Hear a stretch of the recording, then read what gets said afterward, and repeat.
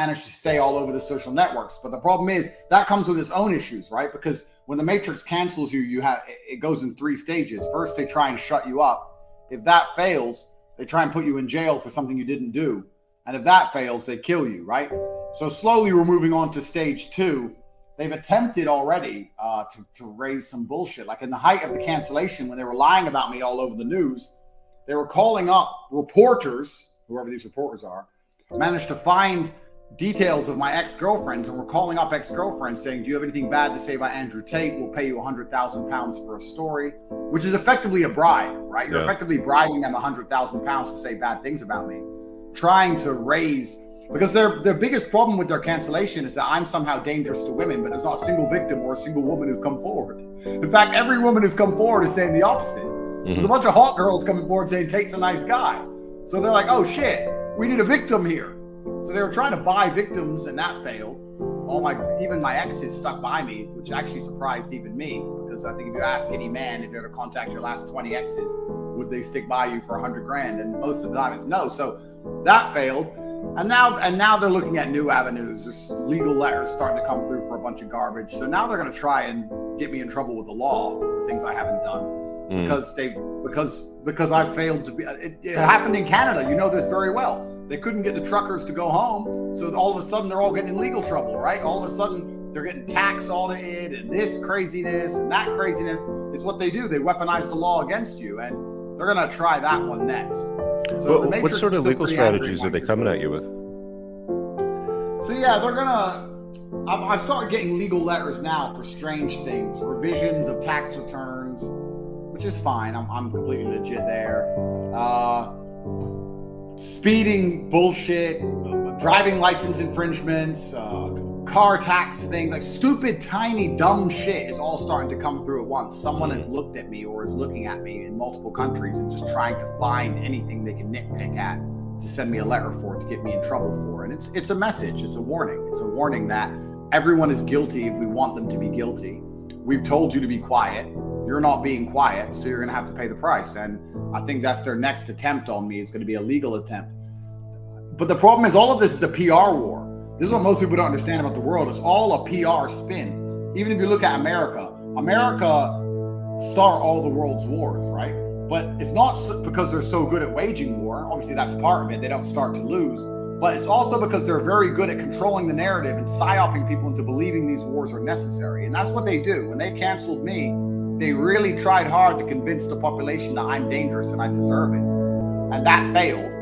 But even if they were to get me in some kind of legal trouble, they're going to try again with the media machine. Andrew Tate, well-known misogynist, thief, whatever they're going to say. And they're going to try and convince the world of it. And I think that the problem they're starting to come up against is that people don't believe them when it comes to me, because everyone knows that what they did to me was unfair. And as soon as they say my name, they just think they're lying about it. That's bullshit. And that's the problem they're facing. One of the things I find hilarious is the narrative that you're a misogynist, right? Because you'll see these street interviews, you've probably seen them as well, where guys will take your content and like read a line and be like, okay, well, this person said this, so what do you think of it? And then the girls will be like, oh yeah, I really like that kind of guy. So, and then they'll say, well, that's Andrew Tate, so what do you think? Oh no, he's a misogynist. And then he'll continue on and say, well, can you define a misogynist? And they can't. They're just like, no, I don't like him because the narrative, because the mainstream media, because the Matrix told me not to like him, sort of thing. So it's funny how people just sort of conform to what they're told to sort of like lean into, like Andrew Tate, bad man with cobra wrapped around his arm, bad man, right? You know what? And what's crazy about it is this. What's crazy is these people who dislike me have a emotional response. It's not even a logical response. If you ask them about me, they go, no, I hate him. Hate is an emotion, right? They feel something. And what actually is quite interesting to me is that the Matrix itself is convincing people to have feelings, to have emotions for reasons they do not themselves understand. They can't explain what misogynist is. They can't say anything I've said. They don't know why they're supposed to dislike me, but they still have a strong emotional response. And this goes to show the power of the programming. If the Matrix can convince you to feel hate, which is a very visceral, very strong emotion for somebody, and you don't even know why, that shows how completely and utterly programmed you are. And most people are walking through the world programmable to this degree. And this is how you have the world's worst things, the worst things in history that have ever happened happening because people are convinced to hate somebody or something or some group. They don't even truly know why. There's no logical reasoning, but the programming's been installed. And these people are slaves. They're slave-minded because if they thought for themselves, they'd realize they have no reason to dislike me. And the whole misogynistic bullshit, because it is bullshit, it wasn't because of anything I said. It was purely because of the influence I had, because I was large and because I was a masculine man who said, don't take shit. They were just looking for an attack angle, and it was a weaponized virtue. I think they were trying to look for a reason to get rid of me. But it's completely clown world. It's insane. Yeah. So anti-fragility, you're familiar with the concept? Yep. So you're very anti-fragile in an environment like this. I know that you set yourself up to sort of be that way before the shit sort of hit the proverbial fan, where you have multiple passports, multiple driver's license, you're, diversified, you don't hold much in your name as far as real estate and stuff like that.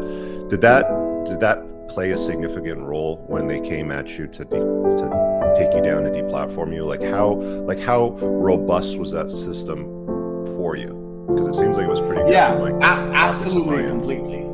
Yeah, absolutely, completely. So my system, obviously we're live on the internet, so I'll be careful what I say, but my system has been flawless, and that's because it's designed to be. And I've always understood to a degree that the Matrix is going to come for me and attack me. And I'm very thankful I was as paranoid as I was, because there's times where I put in a whole bunch of money, a bunch of time, a bunch of effort into organizing certain things, and people didn't truly understand why I did it.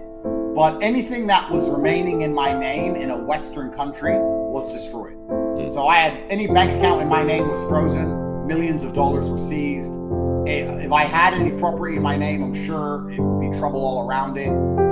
Any companies that were in my name are under investigation. So everything that is remaining, all the things that are remaining are things that I protected specifically. And you protect things very simply. I'll make it very clear to the internet how you protect yourself against the Matrix. You do it in a few simple steps. The first step is to make sure you have as little as possible in your personal name. That's the first thing. They can be owned by entities or companies or people you trust completely, which of course is rare, or trusts. That's the first way. The second way you do it is you try and spread it across multiple jurisdictions, because even the police, they are still human and there's still law that they must follow, even though I think they're criminals and they break as many laws as they can. They can break the laws of their own country relatively easily, the police, but they can't break the laws of foreign nations very easily. So let's say you had a LLC or a company in Canada, let's say Canada. Instead of owning that Canadian company, you should get a company in Singapore to own that Canadian company. And then that company in Singapore should be owned by a trust in the Cook Islands, which is then owned by an entity in Vanuatu off the coast of Australia. So now for them to get to the bottom of it, they have to talk to 5 or 6 different governments, some of which are very small, inept, lazy, slow to reply, backlogged. And it makes it extremely difficult for them to get to the bottom of anything. And this is why the rich do what they do. This is why they deal with all these weird South American countries and Panama Papers and all this kind of stuff. Because by adding all those layers of jurisdiction, it becomes nearly impossible for one entity to penetrate. And the third thing you can do to make yourself anti-fragile, which I've done, is you need to penetrate the non-English speaking world. So in my example, if I were to go to any kind of payment processor, for example, they'd type my name in and Google me or Google anything to do with me and say, no, he's bad news. There's bad English speaking press about him. No. But if I were to get a payment processor that is primarily Chinese based out of Singapore, they don't care. Why would they care? I'm not in their sphere. They don't give a shit.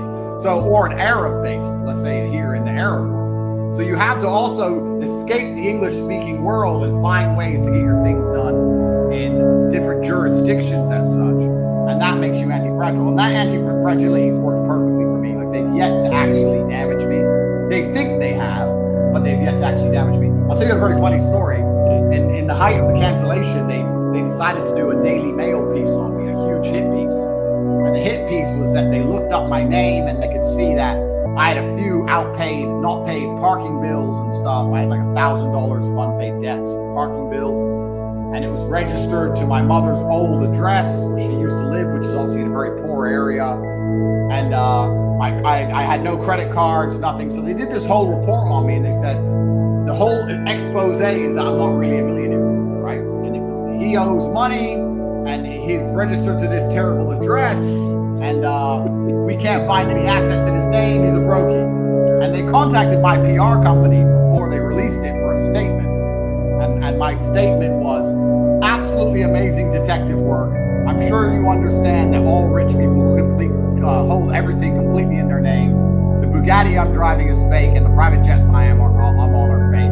Please print this story. And when I replied that, they didn't even print the story. I think they realized that everyone's going to laugh at them. But they tried very hard to find out what I own and where it is, etc. And the only way you can protect it is to hide it. You shouldn't have to do these things, right? But you do. This is what people don't understand. People call me paranoid. If you're just going to buy a house and keep it in your name and say, I own this house, you're going to learn very quickly you don't own